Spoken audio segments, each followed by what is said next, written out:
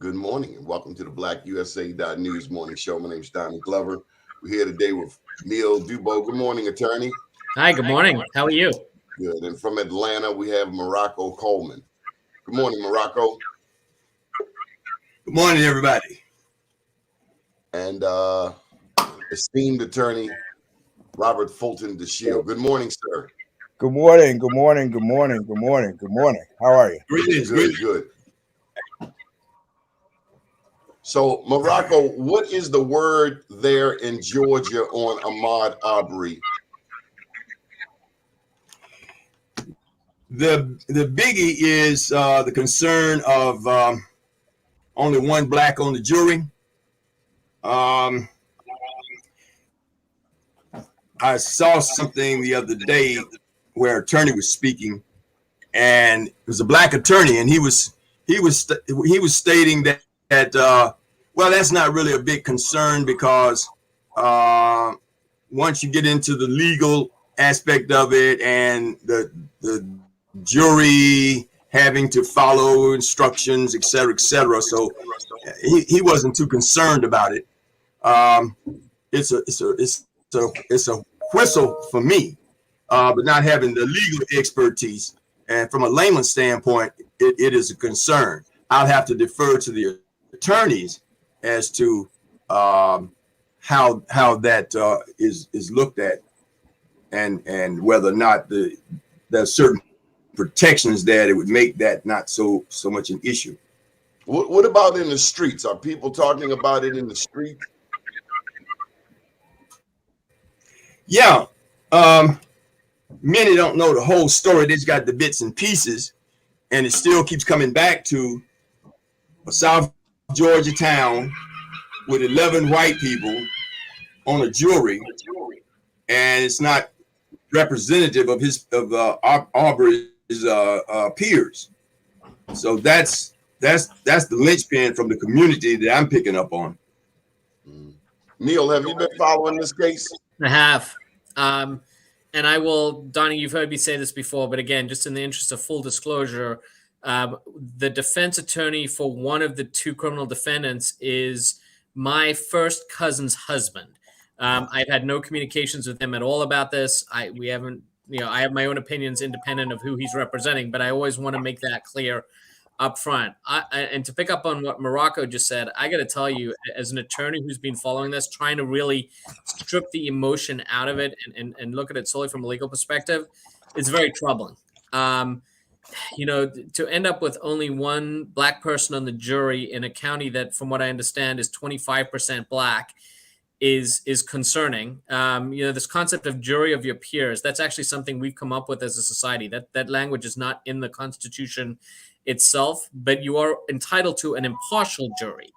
And in this situation, and I'm curious to get Robert's thoughts on this too, because I think he does more criminal defense work than I do. There's a law that says that attorneys are not allowed to use race in picking jury members or exercising what we call their peremptory challenges. There's a famous case, Batson versus Kentucky from 1986, where the U.S. Supreme Court said that while attorneys have a lot of leeway in how they select jurors and how they exercise their challenges to strike jurors, you may not use race to do so. And in this case, the judge, there were four black jurors who were struck by the defense. And there was a hearing that the court held on whether or not their being struck violated what they call the Batson challenge, right? The Batson law. And the judge actually said out loud that he had very serious concerns that there was racial discrimination, but he was going to allow the trial to move forward anyway.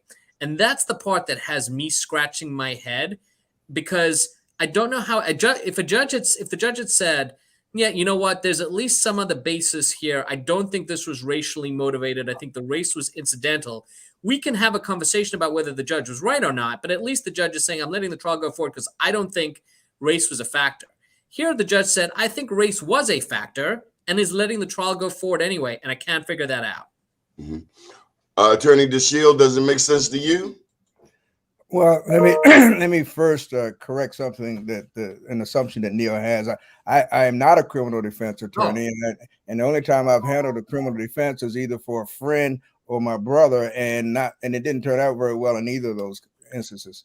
So I stay as far away from actually the courtroom itself as I can, and particularly the criminal defense. But here's the problem: that there is this issue of whether something is a factor or whether something is a primary factor. I suppose if the judge was subjected to inquiry, he would say, yes, I recognize that race was a factor, but I was not persuaded that it was the primary factor. And so therefore, because it wasn't the primary or moving factor or predominant factor, that was the basis of my decision to allow the trial to proceed with the jury as it is constituted. I suspect that's what, because that, and this whole concept of whether something is primary or ancillary, it really evolved in the Title VII and discrimination and employment discrimination type cases. And the decision was, what was the decision pretextual or not? What was the real reason? And initially, as I was correct in my recollection, if you were able to show that an impermissible factor was a factor at all, that was it. You won. At least that shifted the burden to the other side to prove that the impermissible factor was not the moving factor. As that principle, I think, has evolved over the years, you have to prove that the impermissible factor, that burden stays with the party who's asserting it to prove that it was the moving factor, which of course you can't do, because you can't. It's very difficult to get inside of somebody's head, and in very few cases are you able to find a thing called a smoking gun. So the whole thing of causation, as it relates to the issuance of proving discrimination, has been diluted so that it's become almost impossible to prove in any setting. But Donnie, can I pick up on that for a second from the legal perspective? Because obviously that's right. But what you start to get in. Yes, and also translate that for us lay people. Yeah. So let me put it in specific context about what happened in this case and why it becomes so difficult to discuss race as a primary or secondary or tertiary factor. In this case, the specific question during what we call voir dire or jury selection that the defense claimed was the basis for striking these jurors was a question about whether or not they perceived somebody having the Confederate flag on their vehicle as being racist. And the jurors who responded yes to that were predominantly the black jurors, and the defense claimed they weren't striking them for racial reasons. They were striking them because they answered that question in the affirmative. And so my question is, isn't that really a different way of saying the same thing? Like, is it really secondary? Yeah. And how do you parse out in practice? I'll give you another example really quick, and then I'm curious to I don't want to dominate this. I want to get everybody else's thoughts. What if I'm a criminal defense attorney and I strike 4 black jurors? And in being asked the question, I said, no. I'm not striking them because they're black. I'm striking them because they have dreadlocks. And in my experience, jurors who have dreadlocks tend to not be favorable jurors for me, but I'm not doing it based on race, Judge. I mean, How far does that principle extend? Like, at what point do we recognize this for what it is? Morocco, I see you smiling. You want to say something? Yeah. You broke up, Donnie. I couldn't understand you. You want to comment? You have something to say.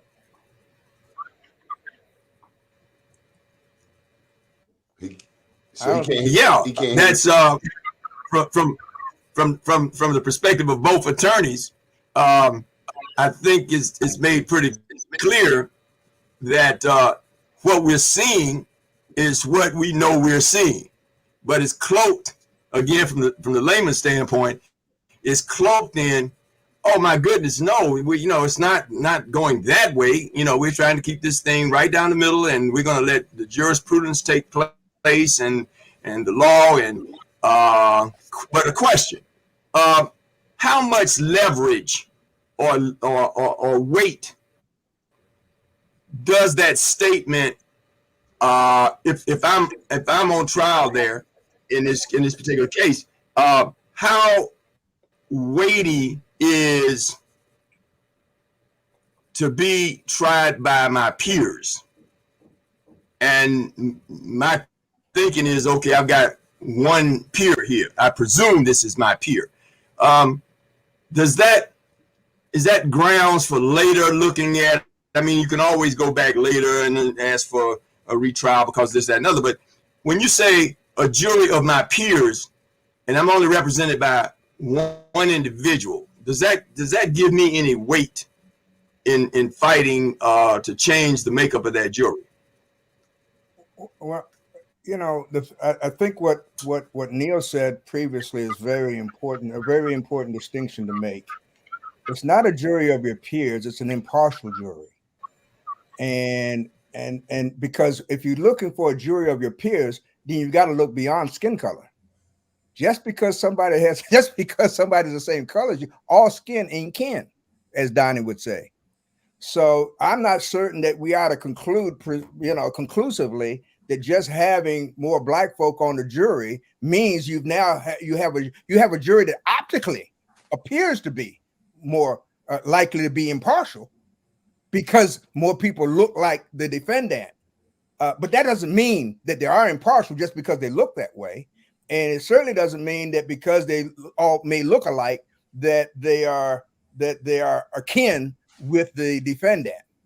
So we got to get rid of those presumptions because just because we understand that they're not really true. We got to become more sophisticated. An impartial jury is got to be the objective, and I think that's the legally mandated jury.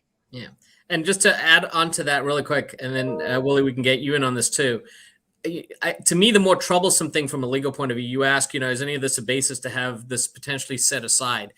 To me, the judge's statement, and in some ways, it was so overt that it almost seemed deliberate to me, like he was setting up an appellate issue because he was uncomfortable with what the defense had done. His statement that he perceived race to have been I think he used the phrase significant factor in the jury selection, to me, sets up an appellate issue for the state if there's an acquittal, based on a Batson violation. I agree, and it also indicates that we got a judge who doesn't have the balls to sit in the chair that he's sitting in. I'm sorry, I didn't mean to use that term. That's not a legal term. I actually think that was relatively mild, all things considered. Willie, you want to chime in on the Arbery case? Well, we can get nestled into the details of the court. That's going to be important.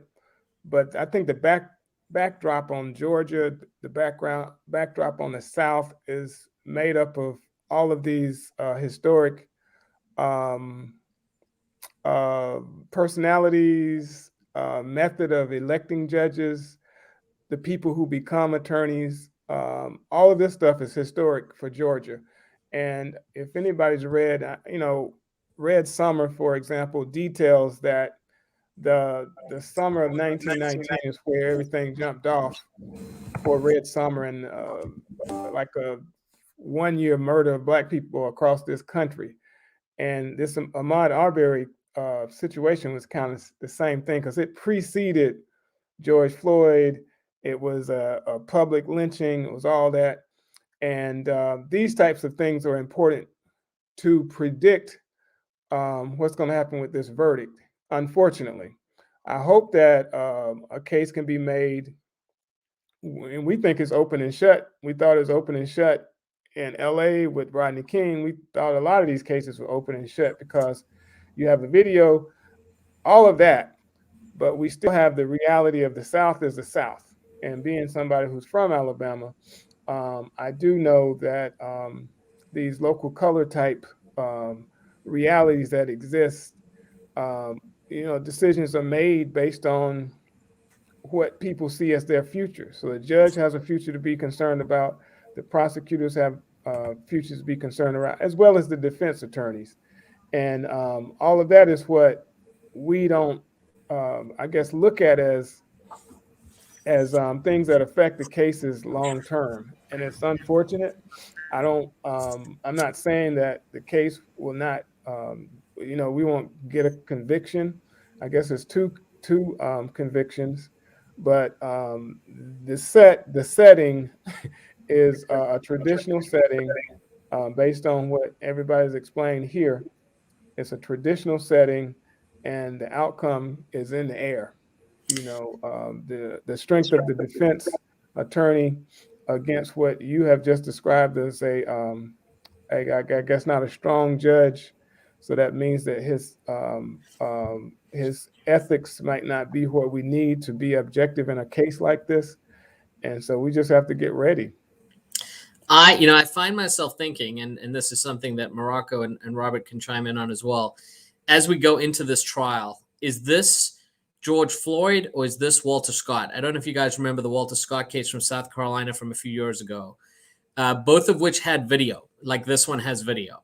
George Floyd, we had video. The case goes to trial, and even though a lot of people felt legally that the officer may not have been guilty of murder, he was convicted of the murder count. He was convicted of the more serious of the two counts. And you contrast that with the Walter Scott case in South Carolina, where the guy's fleeing on foot, is shot in the back, and then the officer walks up and plants a taser next to him to claim that he was acting in self-defense, but unbeknownst to the police officer, somebody behind the fence was videoing that specific incident. And even with that evidence, even with that video in South Carolina, that case led to a mistrial. And so I find myself thinking, is this trial going to be George Floyd, where a jury is able to overcome its prejudices and biases and rule based on the evidence? Or is this Walter Scott, where a jury in the South is going to basically go out of its way to justify criminal behavior? Yeah, and I left out the jury. They got to live in that town too. So all of that is at stake. And so it's, as far as I'm concerned, it's 50-50 about what, it ain't even 50-50, it's 60-40 about what could be, what could happen as a verdict. Morocco, you wanted to say something? As Willie stated, being from Alabama, me being from Atlanta or Georgia, my first introduction to overt racism and murder was the Emmett Till murder in Mississippi. I think I was like 10 years old, and that picked my psyche.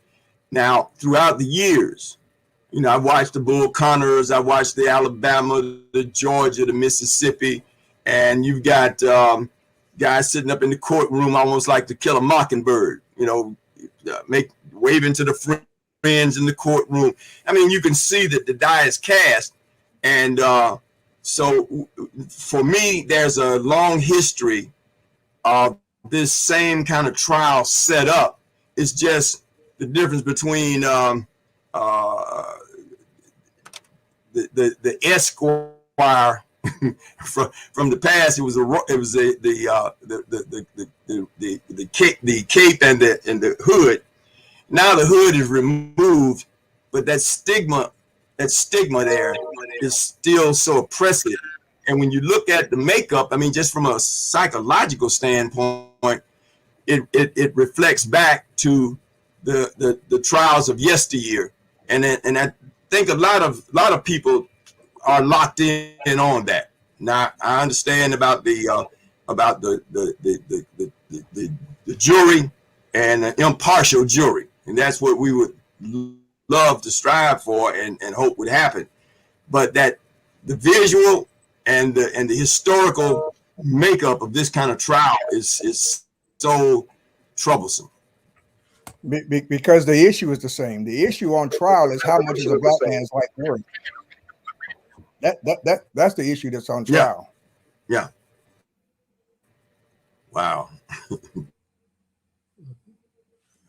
Yeah. Sorry, I want to chime in here. I don't want to get off the complete subject of the Arbery case, but I do want to bring up this new documentary on the Atlanta child murders that is on HBO, I think, and the significance of that, because it's still about black bodies. It's still about contempt for black bodies. It's the assumption that anybody black doing anything is guilty. And then it's also the case that you can you can do a court case. And what is revealed in this documentary surrounds what, and talk about Brother Morocco's experience with Emmett Till. Well, what frightened me as a child, and it reminded me when I saw this documentary, was the Atlanta child murders. I was petrified, and I keep driving through Atlanta when I go there because of it. But I bring this up to explain that even in that case, where it seemed that these 20 or so young people were being killed from some serial killer, they targeted this man, and the assumption was that because they convicted him on two murders, that he killed everybody. And that's still, and the reason it came back up, and the mayor Bottoms brought it back to the fore, was because nobody knows what happened to the other 17 or 18 young black men and a couple of young women. But this goes back to the point about what we're talking about, that there's this contempt for black life that is consistent, and it's north and south as far as I'm concerned. But if you get in a trial in the South, you got results that are just going to be shaky, and they're going to be unprecedented every single time.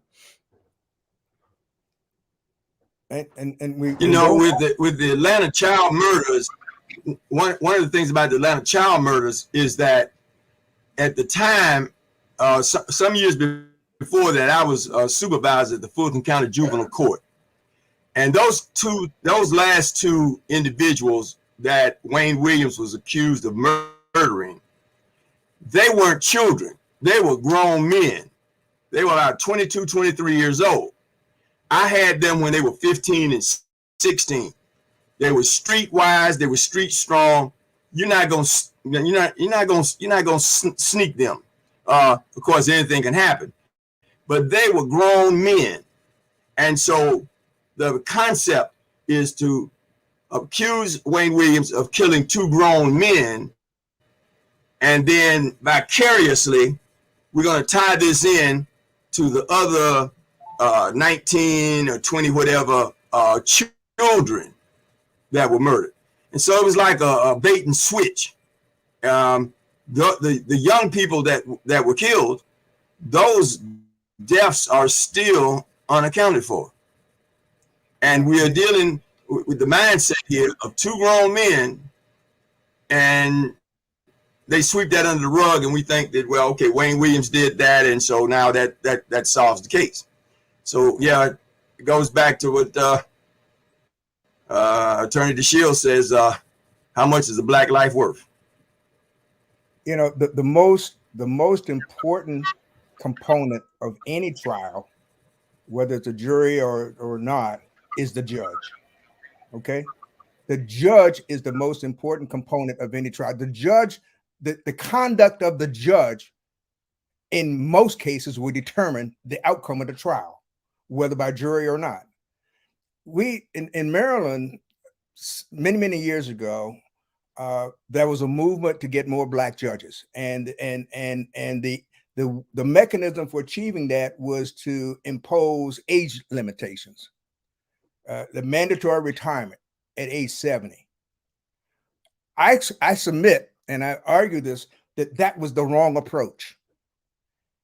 If you want to have term limits, that's one thing, but by imposing mandatory retirement, you increase the likelihood that the least experienced judges will be selected, right? And that they will be selected earlier in their careers. Now, what does that mean? That means an old guy like me can't even get on the bench. Because I passed mandatory retirement a few years ago. I'm not going to tell you how many, but I couldn't be appointed today. The problem is, Donnie and others, the black lawyers who come up the way I did and the way Neil did, who come up recognizing and having to deal with these issues on a daily basis, and who somehow survived over the years, there's no place us in the judiciary once we get to age 70, except to do the things that we've done all of our lives. We should be the ones on the bench. We are the ones who have accumulated the experience, the knowledge, and the wisdom to be able to decide the outcome of these kind of cases. But we can't get on the bench today. because in Maryland, at least, because of mandatory retirement. I'm telling you, the selection of the judges is far more important than jury selection. It's far more important than what the lawyers say, because even the racist judges would tell the jury that what lawyers say isn't evidence. They say that all the time. But we've lost our focus. We've lost our way, if you will, at least in my opinion, on that issue. Yeah, so obviously I agree with all of that. I want to jump back to something Morocco and Willie said earlier, because this to me is ultimately the most important part of all of this, in my opinion. One of the primary purposes of punishment is deterrence, meaning that we, through our criminal laws, intend to deter people from engaging in certain conduct because there are criminal consequences to that conduct. And for generations, there has been a lack of accountability and deterrence for police officers or other people, committing criminal acts and in many cases murder against Black people. And what you see is, as a result of that, more and more brazen conduct by people who think they're going to get away with it because history has shown them that they will, because they are not being deterred from engaging in that conduct. So again, I go back to the Walter Scott case. Why does he think he can shoot a Black guy in the back and just walk up casually and plant a taser next to him and then say that, oh, he was trying to tase me? Why does he do that? Because he thinks he can get away with it. And guess what? He did. Right? Why does the officer in Minneapolis, put his knee on George Floyd's neck for as long as he did without a care in the world? Because he thinks he can get away with it, because history has shown him that he can. And what we need to do as a society, and I don't care whether it's Black jurors, white jurors, it doesn't matter. There needs to be, let George Floyd be the start of a new wave of accountability in our judicial system, where juries across the country, and I know this is a pipe dream and I hope I'm right, but I think I'm wrong, where juries across the country hold people accountable. Because the second you start seeing that accountability, you're going to start seeing police officers engaging with Black people differently, not because they think it's the right thing to do, but because now they're in fear of the consequences. When you talk about, go ahead, Will. I'm sorry. Go ahead. Well, I understand that viewpoint, and it's certainly respected. But I do think the point of contempt, the racist idea that people are less than you, in this specific case, Ahmaud Arbery, that was a case of some white boys who saw a Black man and decided to kill him. And yeah, they thought it would be justified because he was running in their neighborhood, whatever the case. But there is no justification. Just like shooting a bird, they shot him, and that type of mentality does exist. And I have to look at the details, because I think the situation in South Carolina, it happened under the Trump administration, didn't it? I think it may actually have preceded Trump even. I think it may even have been, I'll look it up, but I think it was before 20. But we get all of this kind of vitriol reignited with someone who was doing the same type of nonsense in every rally that he did, every press conference he did, until the final day when he was down there on January 6th. And that type of vitriol that's kind of emboldens everybody else's anxiety. He triggered it. He enhanced this of division and hatred that would cause someone to feel comfortable shooting a man, and that's nonsense to me. And now we're in a situation where we're talking about these guys could get off, and that's. Want to shift gears here for a bit, gentlemen. We haven't had all of you on since the elections last Tuesday. Any thoughts on Virginia, on New Jersey, Boston? They have a first Asian American woman mayor, and its implications for the Biden administration. I think that Democrats need a new strategy, a new plan. And if they don't get young people on some ballots, we're going to be in a bad shape for years to come. That Virginia situation was, I went back and looked at it. I didn't pay attention to the Virginia primary. It turns out they had 4 young people under 50 who ran for governor against recycled Terry McAuliffe, 64. And his republic, the governor elect, is 51. And now that we know that these white women did what they do, and they went out and voted for the Republican, because they don't have to stick with one party. The results are what they are. And he only won by 79,000 votes, I think, something like that. So it's time for the Democrats to use this in Virginia specifically as an opportunity to get some younger people to run. And because I think that people are making decisions on who they vote by who can enhance the future. And I don't think they saw a future with Terry McAuliffe, somebody who was recycled and like one of the last vestiges of the Clintonistas. And I think that Virginia specifically need to look at who they have in their arsenal to step up and run for governor, who's going to have an impact for the next 20 years and not somebody who's had an impact for the last 40. I don't think the election in Virginia was between Democrats and Republicans. I think the election in Virginia was between people who want to establish on the record that white people were still in charge. The country still belonged to white people and those who don't. See, a lot of the people who registered Democrats voted for the other guy. I agree. That's why he won. The concept of political party is a fiction when it comes to certain issues. When it comes to the core issues, and the core issue, the issue that I believe that's still that's predominant across the board, pervasive in every aspect of our lives, is who does this country belong to? That's a war that's never been completed. That war that war has never ended. And guess what? It's never going to end. Well, it is never going to end. Well, it's significant you bring that about Virginia specifically, because they think they're another country. They're kind of like Texas up here, because they call their the mother of presidents and all this, even though they ain't had one in years. But they are proud of that. The story about Robert E. Lee was that he was invited to recruited to fight for the North, but he chose to fight for Virginia and thus the South. So there is some type of allegiance there that is true about what you're saying. And so let's look at this.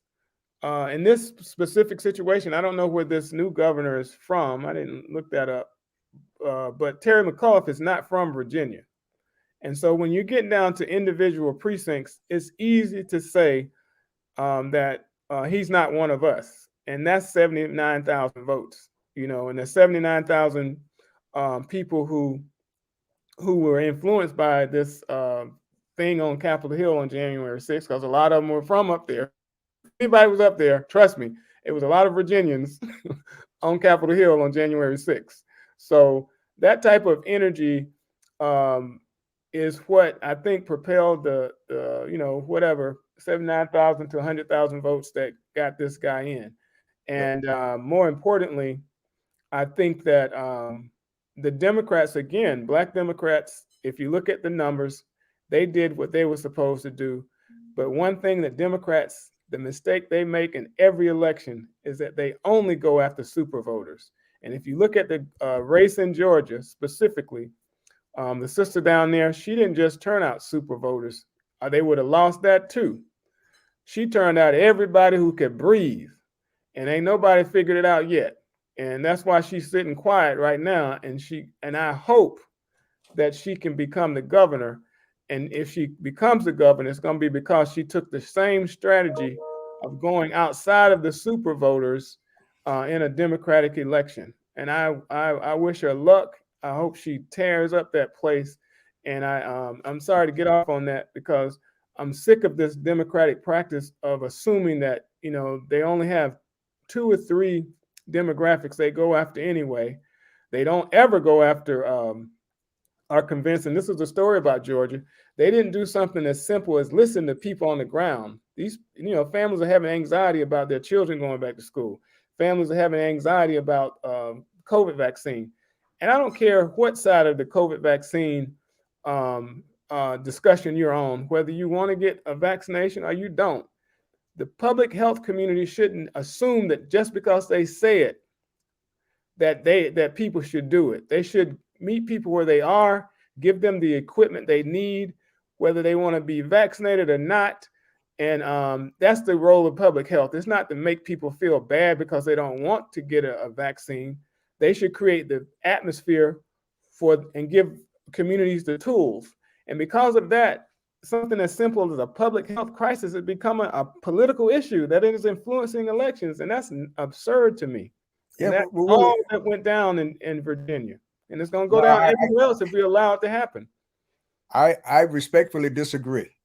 I think that the Republican won Virginia because he appealed to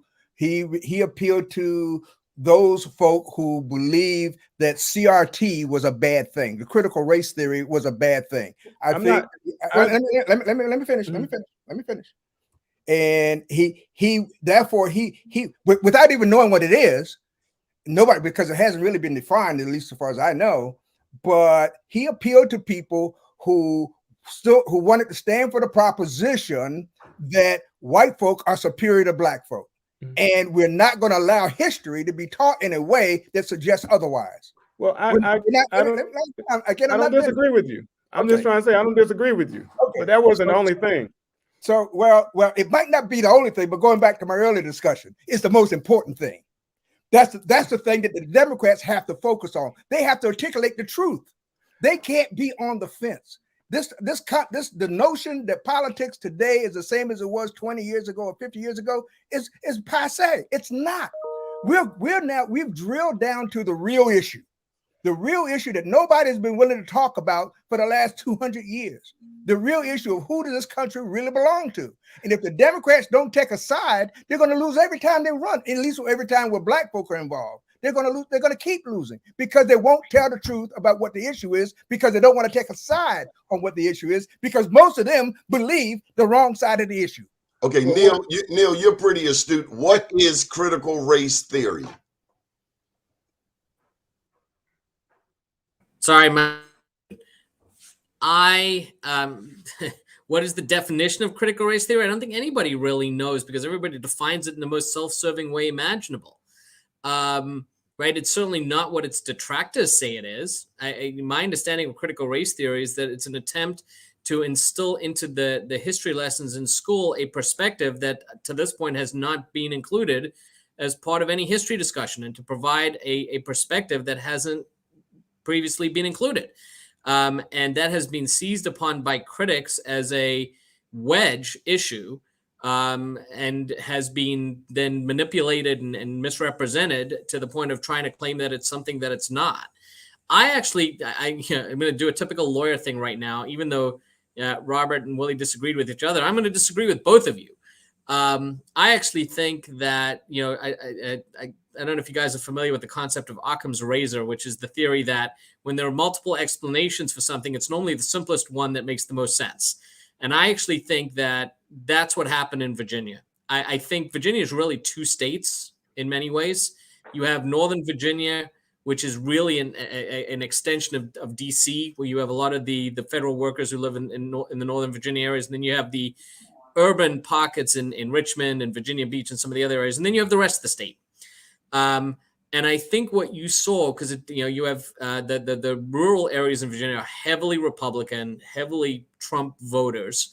And then you have the numbers in the rest of the state that tend to make up the difference. And I think what happened in Virginia was in part a very lethargic old school candidate like McAuliffe, who just didn't energize anybody, running a very, very subpar, poor campaign. But I also think what you saw to some degree was a reflection of the fact that when and Robert, you and I discussed this, I think the last time we were on, this is just my opinion. And again, you guys might disagree with this. And to me, why this is the simplest explanation, I think the Biden administration has overreached. I think there has been a sense among a lot of people that in what is a very evenly divided country with a 50-50 Senate and a 9-seat majority in the House, and a candidate in Biden who, even running against the most awful human being ever to seek elected office, won a relatively close electoral college victory, that he has swung for the fences and probably overreached. And there's always going to be pushback from voters when that happens, because whatever our respective political ideologies might be, most people in this country are center left and center right. Most people fall somewhere in the middle. And when you have administrations that do overreach, and we've seen historical examples of it, we certainly saw it with President Clinton in 1992, with the Newt Gingrich revolution in 94. We saw it to some degree with George W. Bush. We even saw it with Barack Obama after Obamacare, which was, whether you agree or disagree, Obamacare was successfully demonized by enough people that Republicans took the House again in 2010. This is something that happens historically all the time, and I think it's something that Biden is guilty of. And I think, as I said last time, to me, what's going to become important is how the next 2 years are handled, to ensure that what we saw in Virginia doesn't become a national issue, because then the Democrats are going to get slaughtered in the midterms in 2022, and they're going to lose the White House in 2024.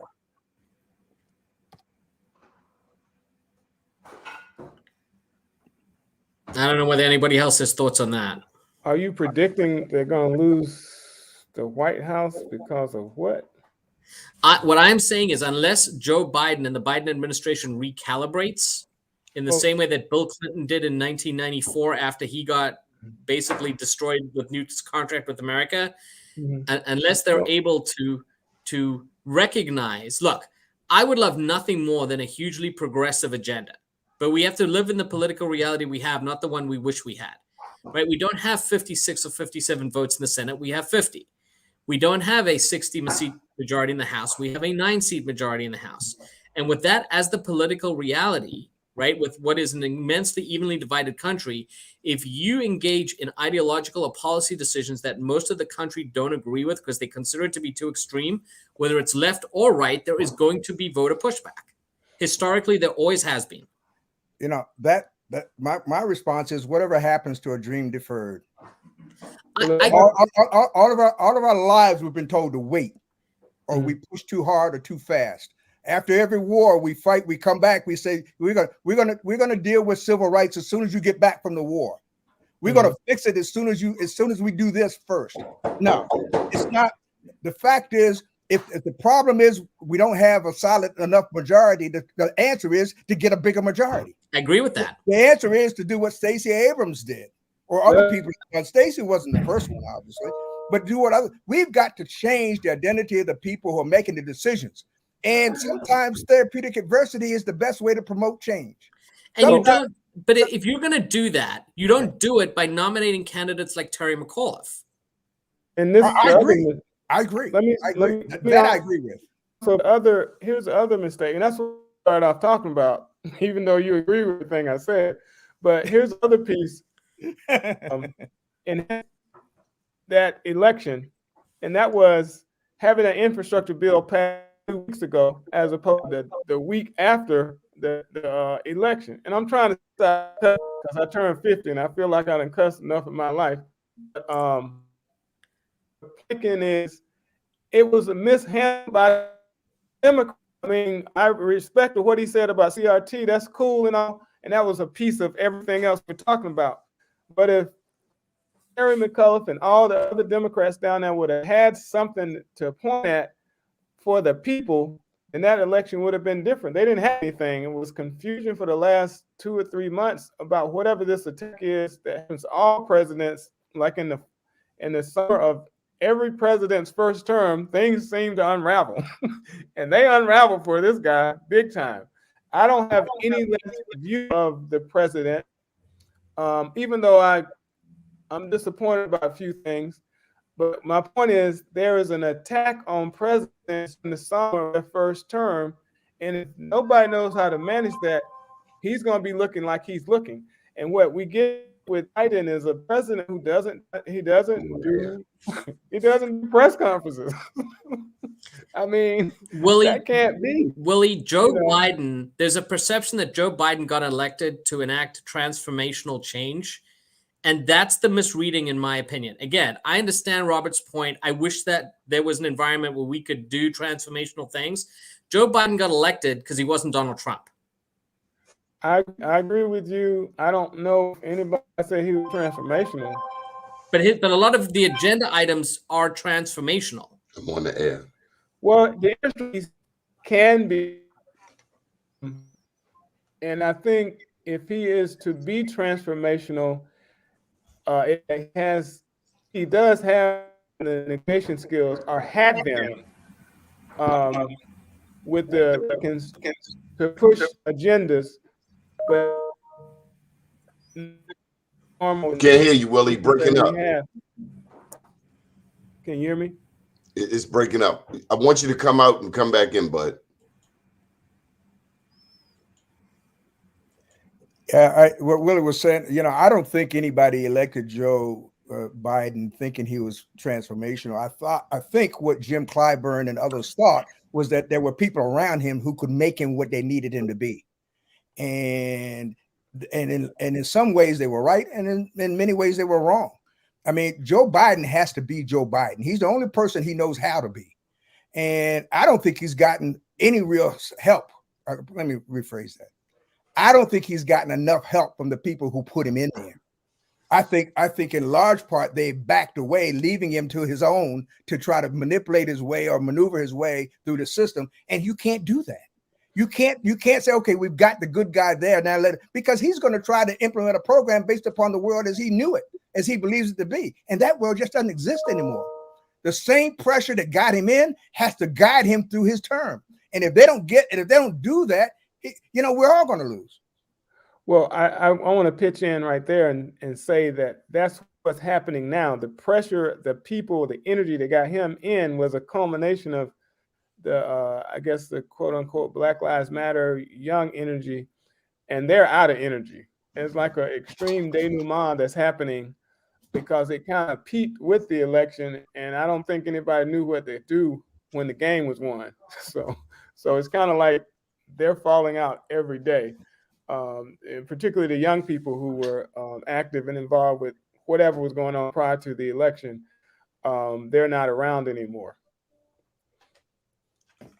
And unfortunately, we've seen that happen before. I mean, that happened with Obama. His first election. His first election was not just an election; it was a movement. But the minute he got in, he said, "Game's over." Yeah, it happened with Clinton too.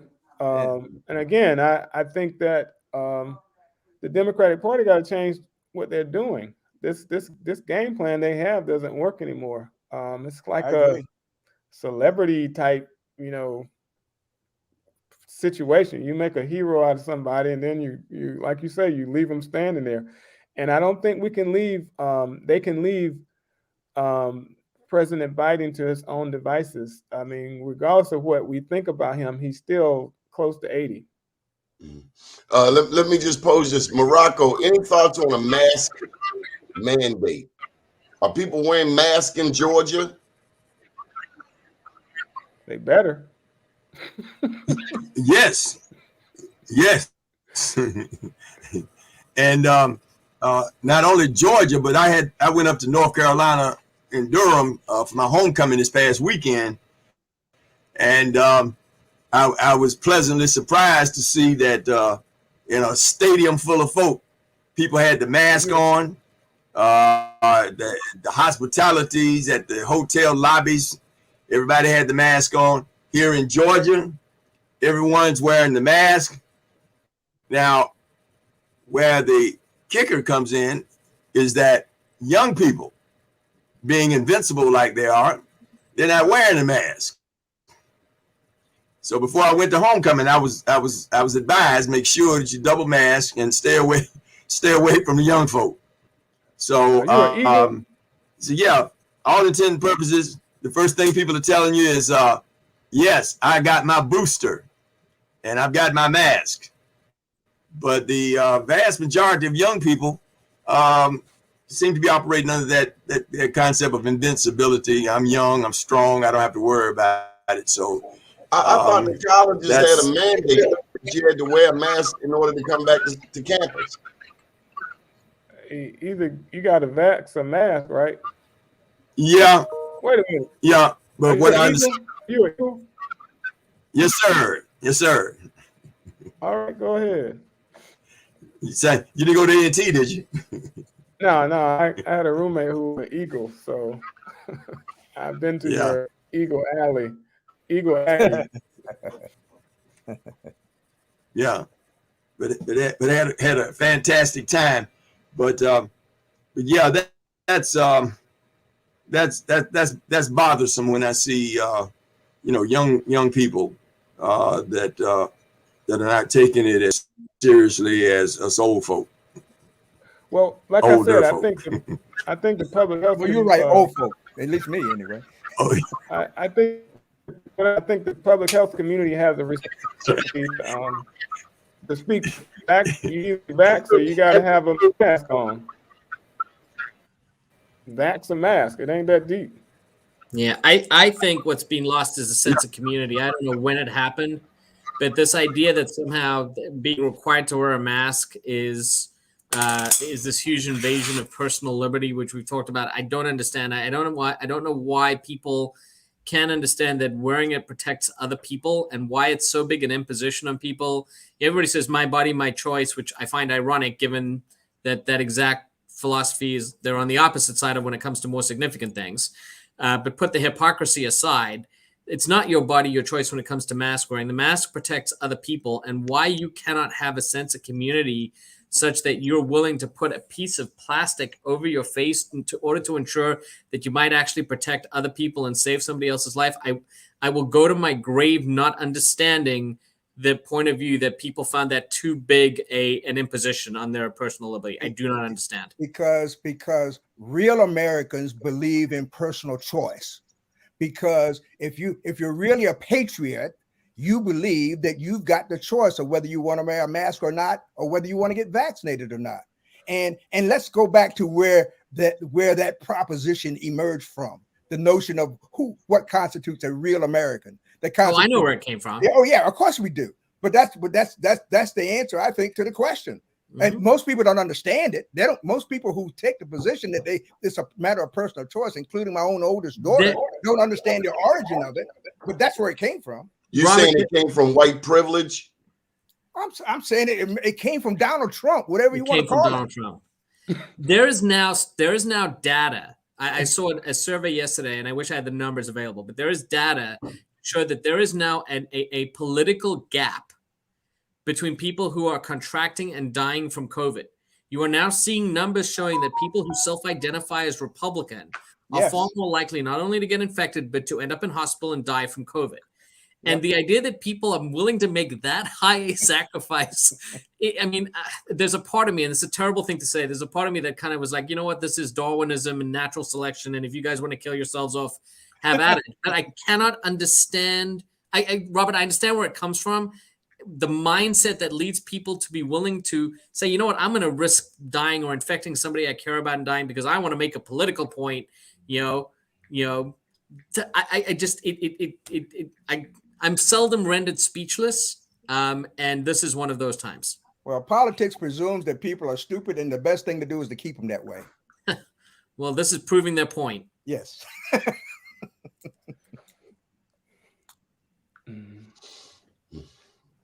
Okay, so let's shift gears to the state of Maryland, Morocco. You might feel a bit left out. Willie, what's the lady, the Republican, Maryland? Kelly Schultz. Yeah. She said she's for personal choice. Will that serve her well in her race for the Republican nomination for governor of the state of Maryland? Yeah, I think it's brilliant for her because as soon as she gets the nomination, she'll shift and make sense out of it. She's running a very tactical campaign. I mean, that's what you have to do when you're running statewide. Whether you're a Democrat or a Republican, it's not a. And I want to add here, none of these are bread and butter issues. I mean, it's life or death, but it's not. It's not giving somebody a job. It's not paying their mortgage. It's not putting their kids into school or any of that.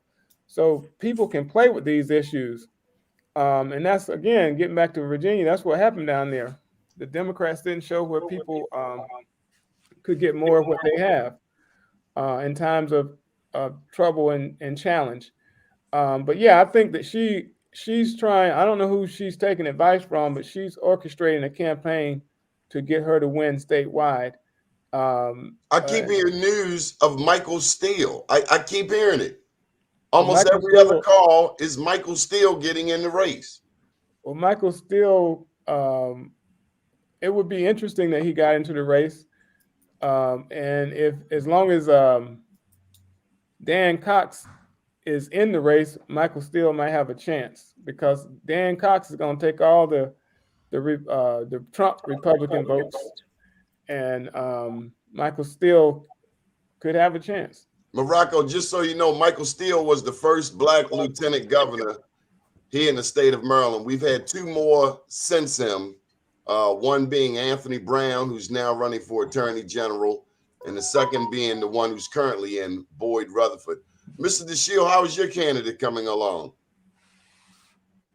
You know, as I said before about Joe Biden, people are who they are, and the test is who they select, who they decide to take advice from, and who they select to be close to them during the course of the campaign, because those are going to be the same kind of people that if they win, they will fill the administration with.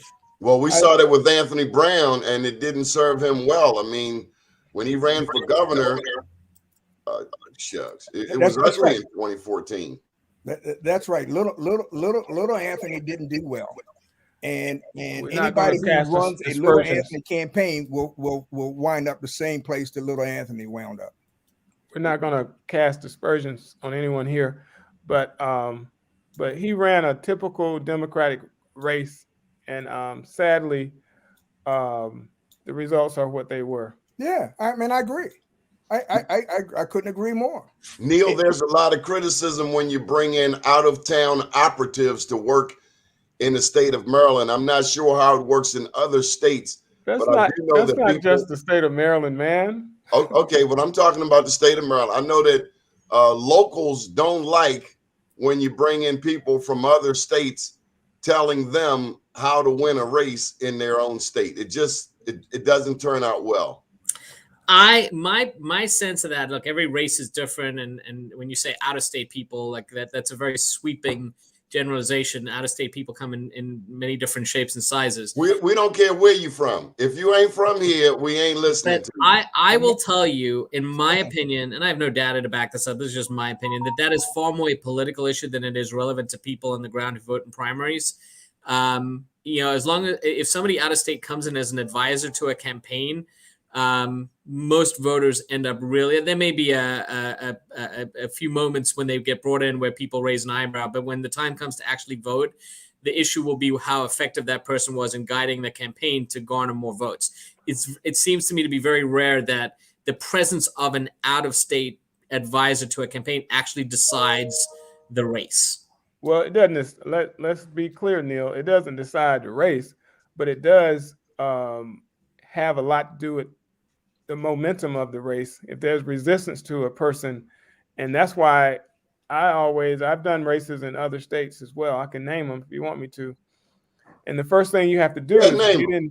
Name them. I've done races in Texas, done races in Mississippi.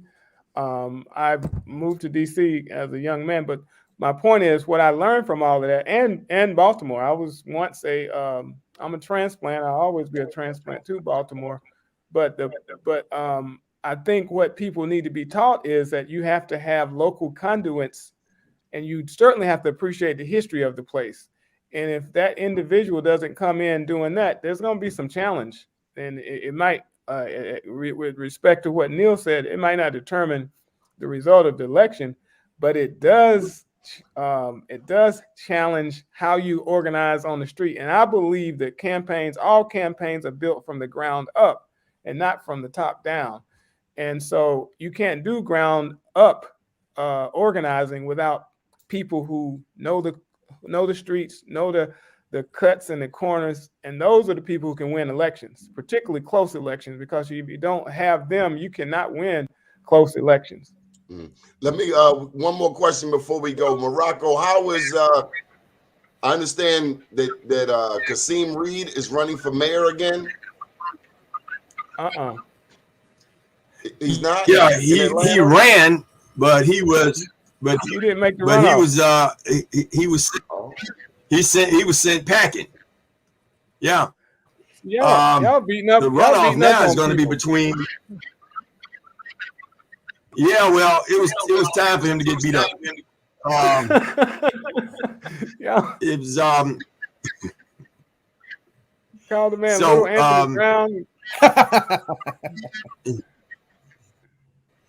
Yeah, Kasim.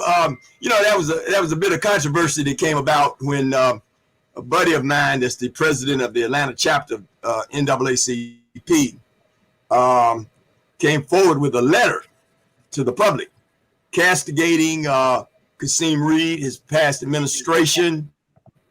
You've got at least 7 of his immediate appointees surrounding him have either been indicted or doing jail time. So he brought up the character issue. What kind of person surrounds themselves with these kind of individuals? He left out of office with a kind of bad taste there. And so now there's a young man, Dixon, that is in the runoff, and Felicia Moore. Felicia Moore was a city council person, and then she moved and became the president of the city council. Who do you like? And now she's the leader.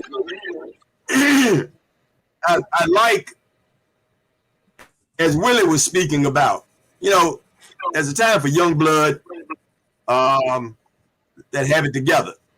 Young man Dixon, I like his style, I like where he's coming from. Felicia Moore, I believe in, well, she reappointed me to the mayor's Veterans Commission.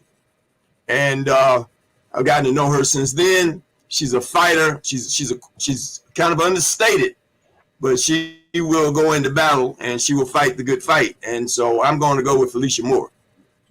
Good deal. Gentlemen, that's all we have time for. Any final thoughts before we go? Neil Dubo, attorney Dashiell, Morocco, Coleman. See you next time. Good deal. Good for me. All right. Have a Good beautiful day. everybody. We'll be back in Take care, everybody. tonight for the Johnny Glover Show. Have a powerful morning. Good morning, world.